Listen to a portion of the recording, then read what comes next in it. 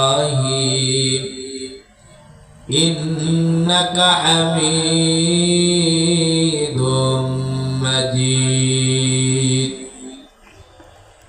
اللهم بارك على محمد وعلى آل محمد كما باركت على إبراهيم وعلى آل إبراهيم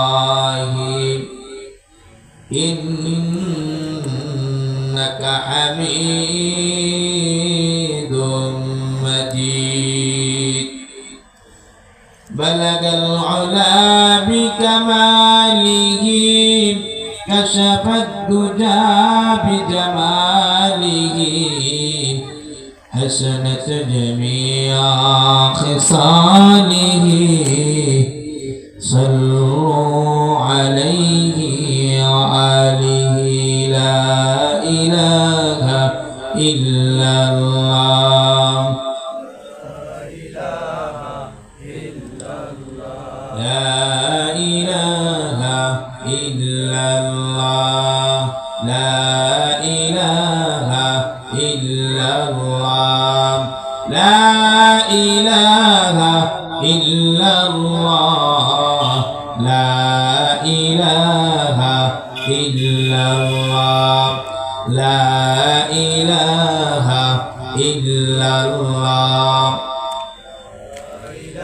একটু জবান খুলে সবাই পড়েন না एक चश्म ज़दन गाफिल ज़ा शाह नबाशी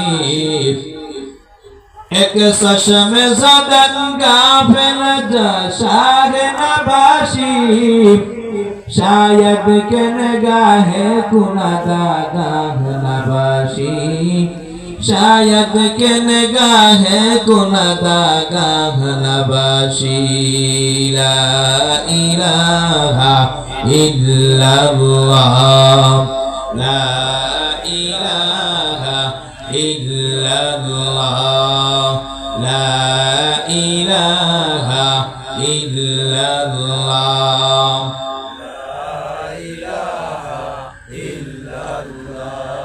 لا إله إلا الله محمد রাসূলুল্লাহ জবান খুলে সকলে পড়ে নি সাল্লাল্লাহু আলাইহি ওয়াসাল্লাম মুআজ্জাজ মুহতারাম হযরত উলামায়ে কেরাম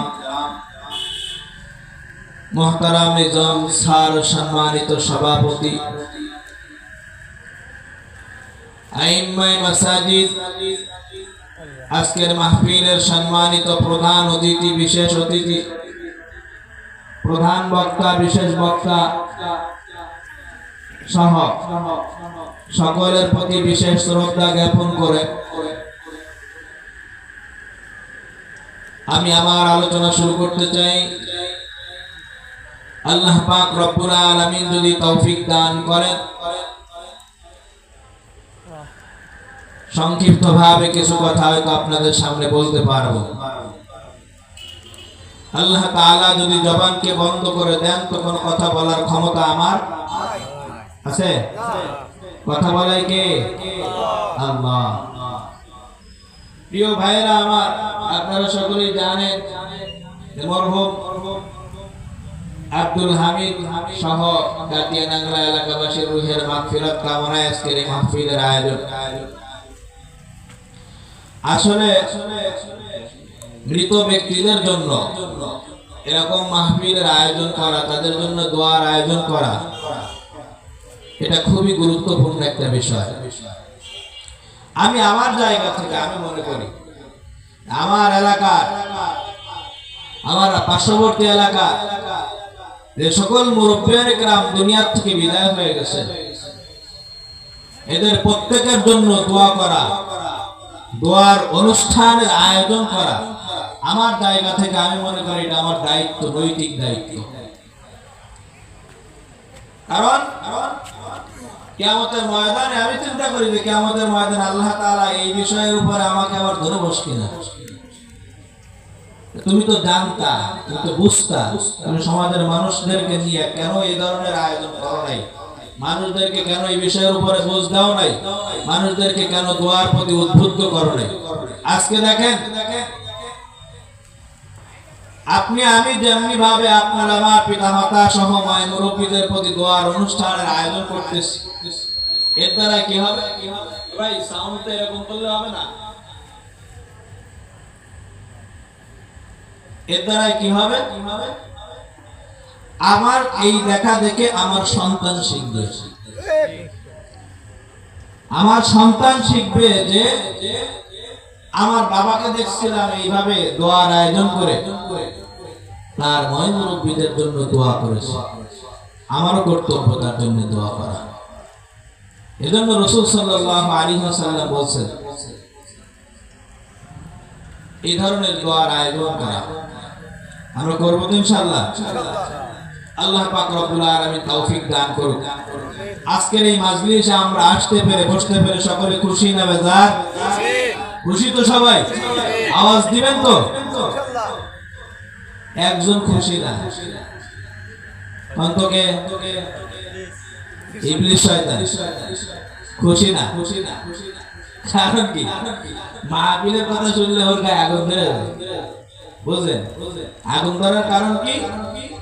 যে ওই মাহফিলে যারা যাবে, কোরআনের কথা শ্রবণ করবে, আল্লাহ রাসূলের কথা শ্রবণ করবে, ওই মাজলিসে যতক্ষণ পর্যন্ত বসে থাকবে ততক্ষণ পর্যন্ত আমলনামায় সব ফেরেশতারা লিখতেই থাকবে।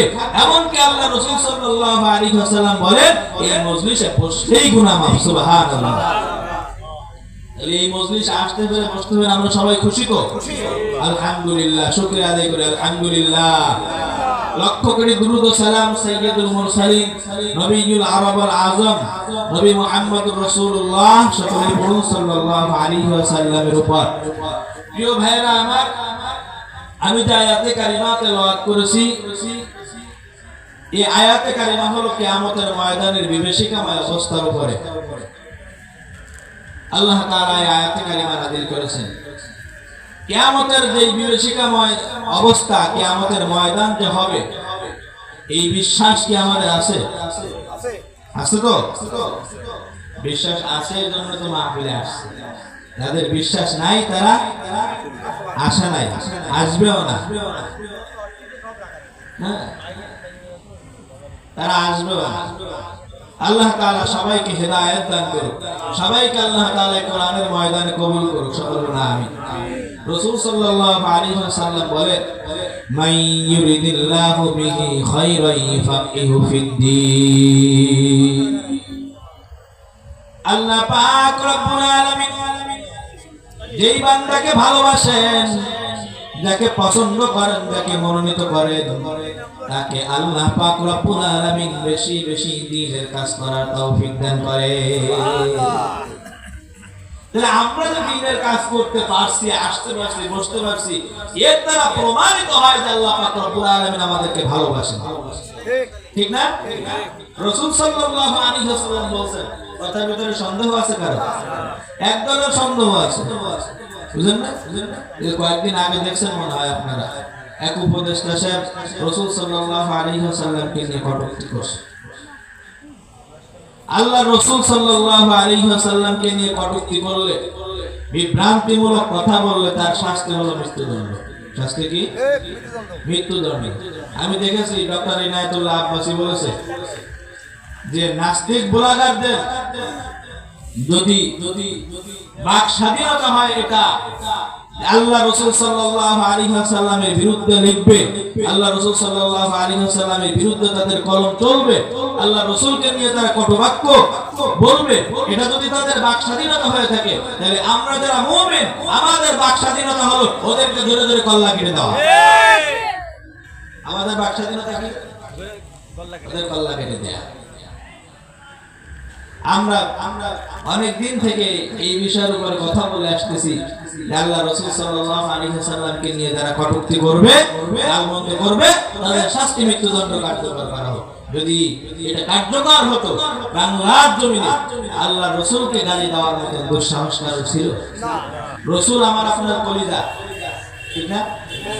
আল্লাহ রাসূল সাল্লাল্লাহু আলাইহি ওয়াসাল্লাম বলেন, লা ইউমিনু আহাদুকুম হাত্তা আকুনা আহাব্বা ইলাইহি মিন ওয়ালিদিহি ওয়া ওয়ালাদিহি ওয়ান নাসি আজমাইন। ও দুনিয়ার মুসলমান, তোমরা ততক্ষণ পর্যন্ত পরিপূর্ণ মুমিন হতে পারবে না, ততক্ষণ পর্যন্ত পরিপূর্ণ মুমিন হতে পারবে না যতক্ষণ পর্যন্ত তোমার মাল, কি বলেন, খুলে বলেন সবাই, তোমার মাল, তোমার সন্তান, তোমার স্ত্রী, তোমার পিতামাতা, তোমার বলতে এক কথাই দুনিয়ায় যা কিছু আছে এই সব কিছুর চাইতে আমি রাসূলকে যতক্ষণ পর্যন্ত বেশি মহব্বত করতে না পারবা ততক্ষণ পর্যন্ত তুমি পরিপূর্ণ মুমিন হতে পারবা না। তাহলে পরিপূর্ণ মুমিন যদি আমাদেরকে হইতে হয় তাহলে রাসূলের মহব্বত কম না বেশি? কম না বেশি? কেমন বেশি? পৃথিবীর সব কিছু থেকে রাসূল সাল্লাল্লাহু আলাইহি ওয়াসাল্লামের মহব্বত থাকবে বেশি। রাজি আছেন তো সবাই? ইনশাআল্লাহ। প্রিয় ভাইরা, তাহলে মূল আলোচ্য বিষয় কি? কিয়ামত। কিয়ামত হবে তো? কবে? হ্যাঁ, আল্লাহ তাআলাই ভালো জানেন। তবে কিছু নিদর্শন, কিছু আলামত রাসূল সাল্লাল্লাহু আলাইহি ওয়াসাল্লাম আমাদেরকে বলেছেন। সেই আলামতের উপরে ডিপেন্ড করে আমরা বলতে পারি বা ধারণা করতে পারি যে কিয়ামত আর বেশি দূরে নয়, খুব কাছাকাছি চলে আসছে।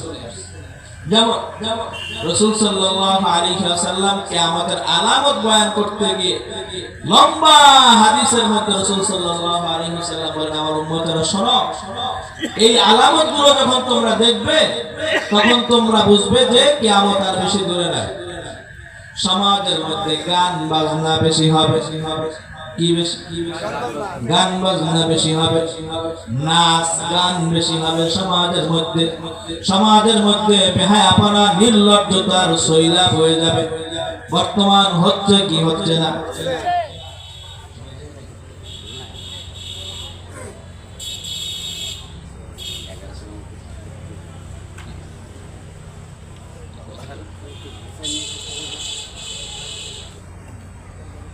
বর্তমান সময় আমরা দেখতেছি কিয়ামতের অনেক আলামত, অনেক নিদর্শন আমাদের সামনে এসে গেছে।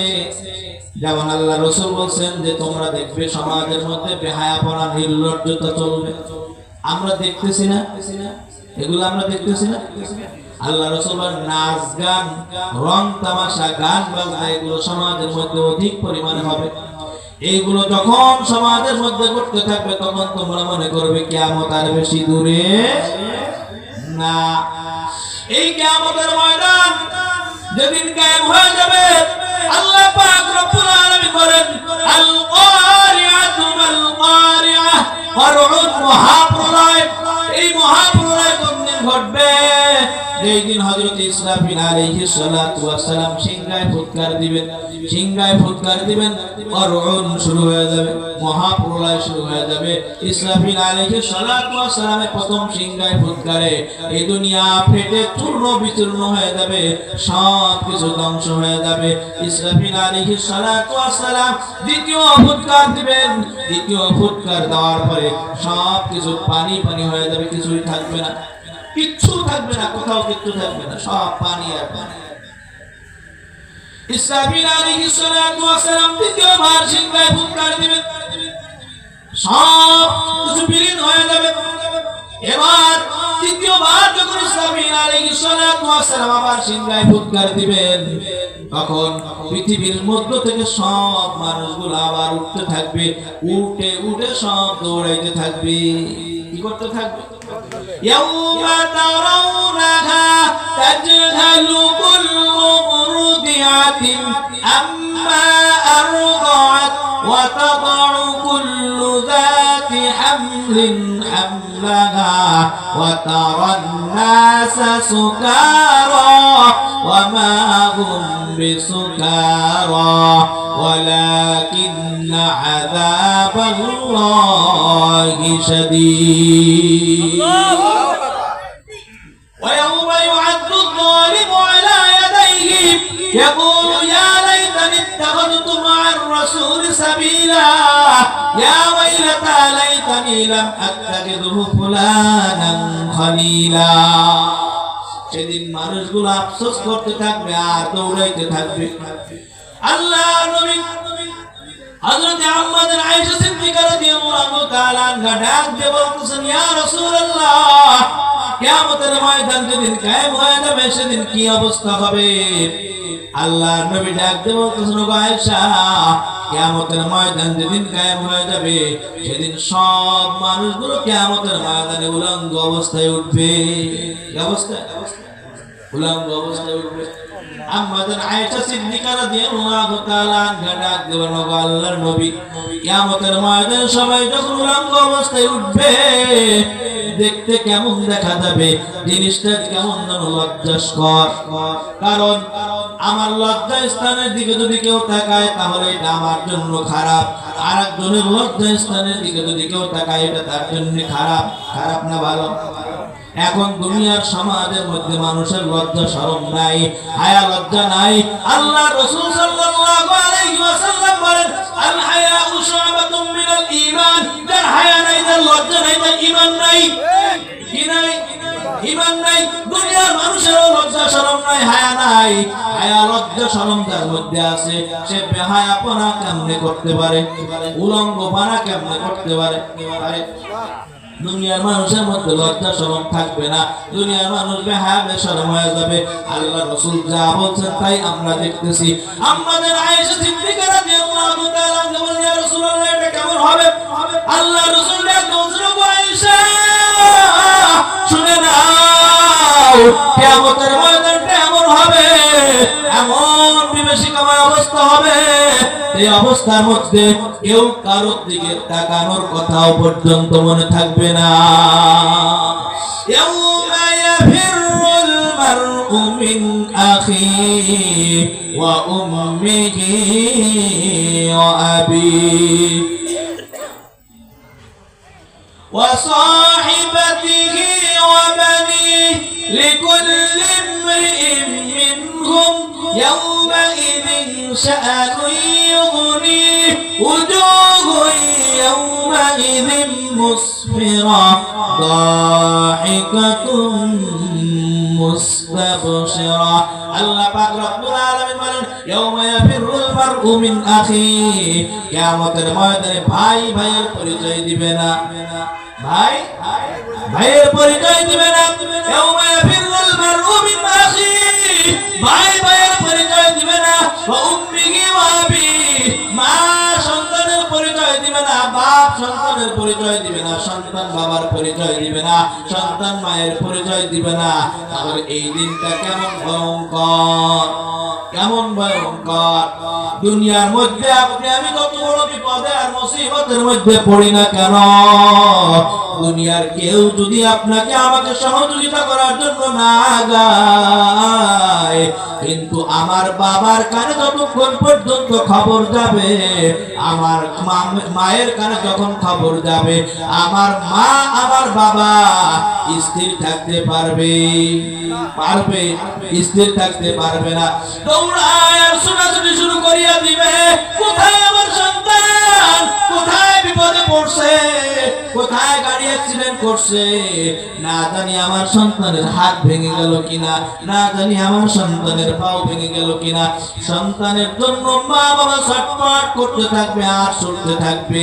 মা বাবা সন্তানের বিপদে কখনো স্থির থাকতে পারে? কিন্তু এই মা বাবা পর্যন্ত কিয়ামতের ময়দানে আপনার আমার পরিচয় দিবে না, আপনাকে আমাকে চিনবে না। সন্তান কিয়ামতের ময়দানে বাবার কাছে যায়, মার কাছে যায়, বলবে, মা তুমি তো দুনিয়ায় আমাকে জন্ম দিয়েছিলা, আমার জন্য তুমি অনেক কষ্ট করছো মা, দুনিয়ার জমিনেও মা আমি না খাইলে তুমি খাইতা না, আমি না ঘুমাইলে তুমি ঘুমাইতা না, আমার শরীর খারাপ হইলে, আমার গায়ের মধ্যে জ্বর আসলে, ও মা তুমি সারা রাত আমার মাথার কাছে বসিয়া ভাঙা বিজায় আমার মাথার মধ্যে পট্টি দিতা, আমার গা মুছাইয়া দিতা, আমাকে না তুমি কত যত্ন করছো।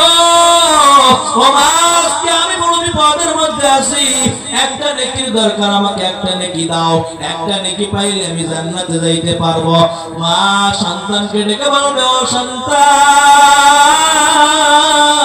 তুমি আমাকে যতই মা বলে পরিচয় দাও না কেন, আমি তোমার মা হইতে পারি না, কারণ দুনিয়াতে আমার কখনো বিবাহই হয় না। আমার ভাইরা, এইভাবে কিয়ামতের ময়দানে সন্তান মা বাবার পরিচয় দিবে না, মা বাবা সন্তানের পরিচয় দিবে না, ভাই ভাইয়ের পরিচয় দিবে না, তাহলে কেমন বিভীষিকাময় আর বিপজ্জনক অবস্থা হবে, একটু চিন্তা করার দরকার আছে না নাই? চিন্তা করবেন তো? আল্লাহ পাক রব্বুল আলামিন তৌফিক দান করুন, সকলে বলুন আমিন। ওয়া আখিরু দাওয়ানা আলহামদুলিল্লাহি রাব্বিল আলামিন। আসসালামু আলাইকুম ওয়া রাহমাতুল্লাহ।